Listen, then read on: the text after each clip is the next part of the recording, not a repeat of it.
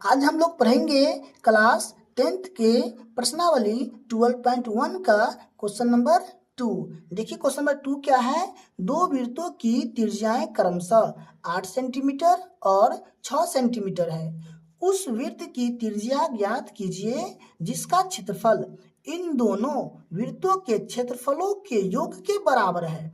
यानी कि क्या है, इसमें एक वृत्त है 8 सेंटीमीटर का, दूसरा वृत्त क्या है 6 सेंटीमीटर का। तो इन दोनों वृत्तों का जो क्षेत्रफल होगा उसको जोड़कर जो नया वृत्त आएगा उसके क्षेत्रफल जो होगा उसका त्रिज्या आपको ज्ञात करना है। ठीक है, तो पहले वृत्त को थोड़ा समझ लीजिए।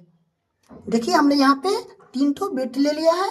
अच्छा देखिए, वृत्त की परिधि क्या होता है 2 पाई आर, और वृत्त का क्षेत्रफल क्या होता है पाई आर स्क्वायर। इस फॉर्मूला को आप याद कर लेंगे, इसी से आपका सवाल बन जाएगा।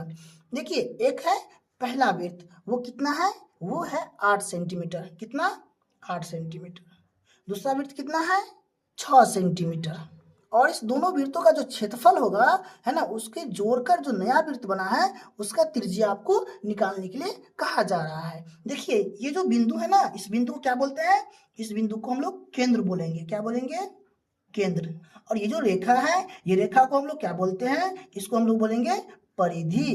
क्या बोलेंगे, परिधि। ठीक है, इस रेखा को परिधि बोलेंगे, इसको केंद्र बोलेंगे। अब देखिए केंद्र से परिधि तक की दूरी को क्या बोलते हैं हम लोग, केंद्र से परिधि तक की दूरी को क्या बोलेंगे, त्रिज्या बोलेंगे। क्या बोलेंगे, त्रिज्या। और परिधि से परिधि तक की जो दूरी है यहाँ से यहाँ तक, वो क्या कहलाता है, वो कहलाता है व्यास। क्या कहलाता है, वो कहलाएगा व्यास। और व्यास वो रेखा होता है जो केंद्र से होके जाएगा। अगर मान लीजिए परिधि से परिधि तक की दूरी हो, जैसे देख लीजिए यहाँ अगर परिधि से परिधि तक की दूरी है ना, लेकिन वो केंद्र से होकर अगर नहीं गया तो वो जीवा हो जाएगा, वो व्यास नहीं होगा। वो रेखा व्यास होगा जो परिधि से परिधि तक होगा लेकिन केंद्र से होके जाए। ठीक है, तो आप समझ गए, दो वृत्त के क्षेत्रफल को जोड़कर जो नया वृत्त आया है ना, उसका जो त्रिज्या है यहाँ से यहाँ तक, वो आपको क्या करना है, ज्ञात करना है। ठीक है, तो अब क्वेश्चन को हम लोग बना लेते हैं। देखिए इसमें क्या शब्द दिया था, लिखेंगे पहले दिया है। ठीक है, क्या लिखेंगे, पहले वृत्त की त्रिज्या। इसमें दो वृत्त की त्रिज्या है तो पहला वृत्त की त्रिज्या के लिए लेते हैं R1 ले लेते हैं 8 सेंटीमीटर। दूसरे वृत्त की त्रिज्या क्या हो जाएगा R2, कितना है 6 सेंटीमीटर। अब इसमें क्या है कि दोनों वृत्तों के क्षेत्रफल को जोड़ के जो नया वृत्त बना है उसका त्रिज्या आपको ज्ञात करना है। यहाँ पर लिख दीजिए बड़े वृत्त की त्रिज्या, यानी कि कैपिटल आर लेते हैं बराबर वाट। ठीक है, आपको ये क्या करना है, ज्ञात करना है। तो जो दिया था वो हमने लिख लिया, जो निकालना था वो भी हमने लिख लिया। अब हम लोग सॉल्व करेंगे, तो यहाँ लिखेंगे हल। यहाँ लिखेंगे दो छोटे वृत्त का क्षेत्रफल बराबर एक बड़े वृत्त का क्षेत्रफल। यानी कि दो तो छोटे वृत्त के क्षेत्रफल को जब जोड़ दिए हैं तो एक बड़ा वृत्त बना, तो उसका क्षेत्रफल, और क्षेत्रफल से हमको क्या पता चलेगा, त्रिज्या पता चलेगा।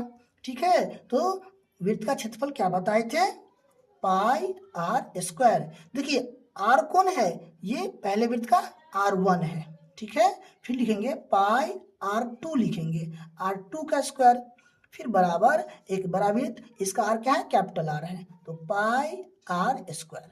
देखिए अगर आप चाहें तो यहाँ पाई का मान 22/7 देकर बना सकते हैं, लेकिन आपका सवाल थोड़ा लंबा हो जाएगा, इसलिए आप लोग क्या कीजिए, पाई को कॉमन ले लीजिए तो सवाल आसान हो जाएगा। तो यहाँ भी पाई है, यहाँ भी पाई है, क्योंकि पाई का मान जो है 22/7 दोनों जगह होगा, इसलिए हम लोग क्या करते हैं, पाई कॉमन ले लेते हैं। तो क्या बच जाएगा, R1 का स्क्वायर प्लस R2 का स्क्वायर।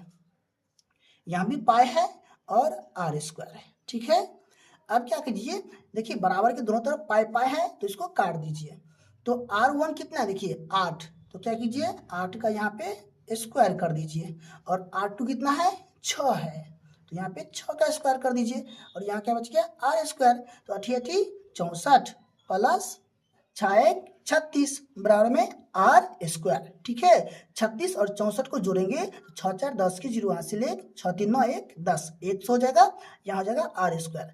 अगर आप चाहें तो इस स्क्वायर को बराबर के इधर लाएंगे तो ये रूट हो जाएगा। ठीक है, ये रूट के अंदर 100 हो जाएगा। नहीं तो यहाँ भी स्क्वायर है, यहाँ भी स्क्वायर कर दीजिए। तो क्या करेंगे 10 का स्क्वायर करेंगे, 10 दाएं के 100 होता है और यहाँ तो आर का स्क्वायर है ही, तो स्क्वायर से स्क्वायर कट जाएगा। तो क्या बचेगा 10 बराबर आर, यानी कि आर बराबर कितना आ गया 10 सेंटीमीटर। इस प्रकार से क्वेश्चन नंबर 2 सॉल्व हो गया। अब हम लोग नए वीडियो में नए क्वेश्चन को पढ़ेंगे। तब तक के लिए धन्यवाद।